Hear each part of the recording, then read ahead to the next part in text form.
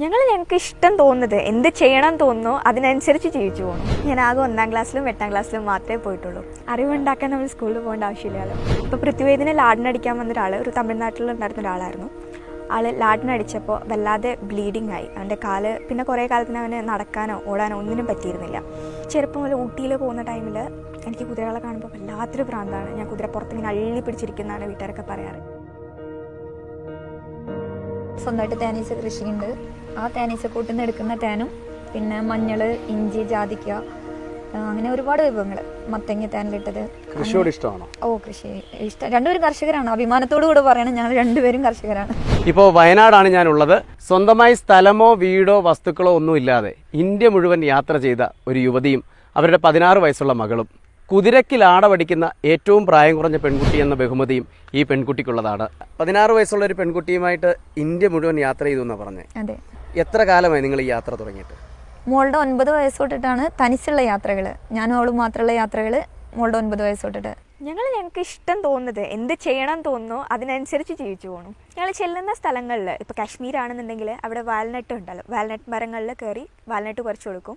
അതേപോലെ മഞ്ഞ് വീഴുന്ന ടൈമാണെന്നുണ്ടെങ്കിൽ ഈ കടകളിലും വീടിൻ്റെയും മുകളിൽ ഐസ് വന്ന് നിറയും. ആ ഐസ് കോരിയിട്ടും പിന്നെ ആപ്പിൾ തോട്ടങ്ങളിൽ അവിടെ കടയെടുത്ത് മാറ്റാനും ആപ്പിൾ പറിക്കാനും ആപ്പിൾ പാക്ക് ചെയ്യാനും സാഫ്രോൺ കിള്ളാൻ പോവും. അങ്ങനെ എല്ലാ ജോലിയും ചെയ്യും. അവിടെ എന്താണോ ചെയ്യാൻ കിട്ടുന്നത് അവിടെയുള്ള ജോലികൾ ചെയ്യും. ആസാമിൽ പോകുമ്പോൾ മുള പറിക്കാൻ പോവും, മുളയിൽ ഓരോരോ വസ്തുക്കൾ ഉണ്ടാക്കും. അങ്ങനെ അതൊക്കെ വിറ്റ് ഞാൻ ആകെ 1ാം ക്ലാസ്സിലും 8ാം ക്ലാസ്സിലും മാത്രമേ പോയിട്ടുള്ളൂ. പിന്നെ ഓപ്പൺ ആയിട്ടാണ് ചെയ്യുന്നത് നേച്ചർ സ്റ്റഡി. എനിക്ക് എന്ത് പഠിക്കണം തോന്നുന്നു അത് ഞാൻ എടുത്ത് പഠിക്കും. എന്തോ എനിക്കൊരു 4 ചുവരുകൾക്കുള്ളിലിരുന്ന് പഠിക്കാൻ പറ്റില്ല. അതെനിക്ക് മനസ്സിലായൊരു കാര്യമാണത്. എത്രത്തോളം ഭാഷകൾ സംസാരിക്കും? ഹിന്ദി, മലയാളം, ഇംഗ്ലീഷ്, തമിഴ്, തെലുഗു, കാശ്മീരി മനസ്സിലാവും, കുറച്ച് പറയും. പിന്നെ മറുപടി. ഒരു സ്കൂളിലും പോകാതെ തന്നെ ഇത്രയും ഭാഷകൾ പഠിച്ചു. അറിവുണ്ടാക്കാൻ നമ്മൾ സ്കൂളിൽ പോകേണ്ട ആവശ്യമില്ലല്ലോ.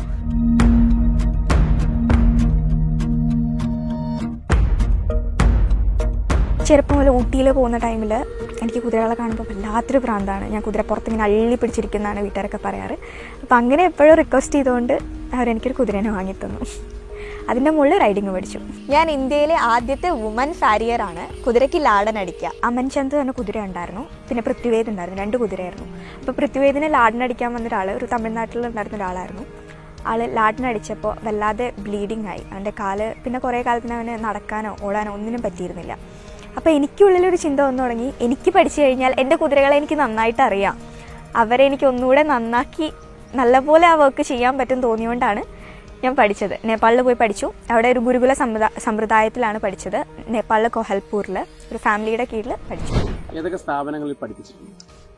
കൃഷിഭവനുകളിൽ, പഞ്ചായത്തുകളിൽ, കേരള ഗവൺമെൻറ്റിൻ്റെ ഒരുവിധ എല്ലാ സ്ഥാപനങ്ങളിലും, അതേപോലെ കേന്ദ്ര ഗവൺമെൻറ്റിൻ്റെ സ്ഥാപനങ്ങളിലും വർക്ക് ചെയ്യുന്നുണ്ട്.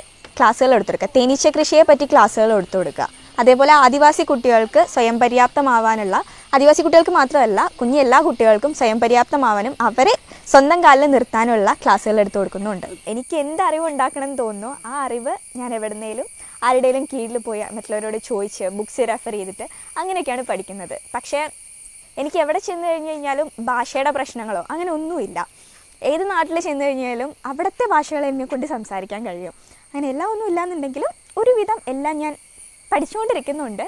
കുറച്ച് ഞാൻ സ്വായത്തമാക്കിയിട്ടുമുണ്ട്. അതിൻ്റെ കൂടെ തന്നെ ഞങ്ങൾക്ക് സ്വന്തമായിട്ട് തേനീച്ച കൃഷിയുണ്ട്. ആ തേനീച്ചക്കൂട്ടിൽ നിന്ന് എടുക്കുന്ന തേനും പിന്നെ മഞ്ഞൾ, ഇഞ്ചി, ജാതിക്ക, അങ്ങനെ ഒരുപാട് വിഭവങ്ങൾ. മത്തങ്ങ തേനിലിട്ടത്. കൃഷിയോട് ഇഷ്ടമാണോ? കൃഷി ഇഷ്ടം. രണ്ടുപേരും കർഷകരാണ്. അഭിമാനത്തോടു കൂടെ പറയണം, ഞങ്ങൾ രണ്ടുപേരും കർഷകരാണ്. നമ്മുടെ ക്ഷമയെ ഏറ്റവും കൂടുതൽ സ്വാധീനിക്കുന്ന ഒന്നാണ് തേനീച്ച കൃഷി. അതേപോലെ തന്നെ വരുമാന മാർഗവും.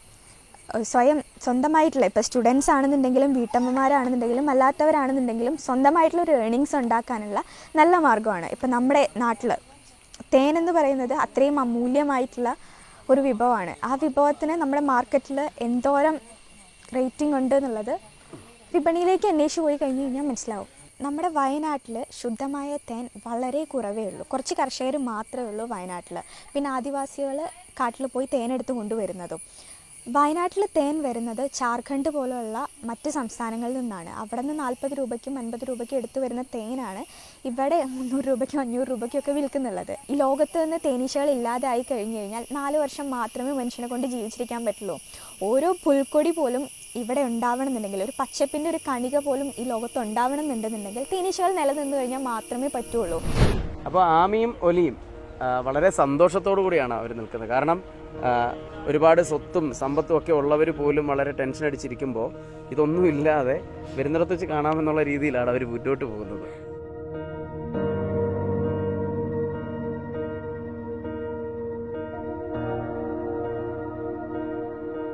നിങ്ങൾ ഈ ചാനൽ ദയവായി സബ്സ്ക്രൈബ് ചെയ്യുക, ബെൽ ബട്ടണും അമർത്തുക.